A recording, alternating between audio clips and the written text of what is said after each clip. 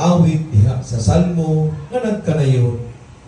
Usa ka butang ang akong gipangayo sa Ginoo, nga magpuyo ako sa balay sa Ginoo sa kahangturan. Ang atong paglaom maura gayud ang Ginoo. Salig kaniya kita nga mga buhi pa maghiusa sa atong hugot nga pag-ampo alang kaniya. Kini mao ang atong ikapabalon diha sa iyang pagpanaw balik sa amahan.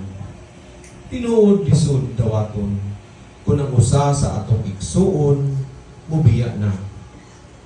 Apan susama sa atong pagbasa diha sa Salmo, huktan nato ang pagsalig kaniya, kay ang iyang pagsalig sa kinabuhing dayon matuod gayon. Mupadayon kita sa pagpamalandong o muhanan kita o isang kaawit.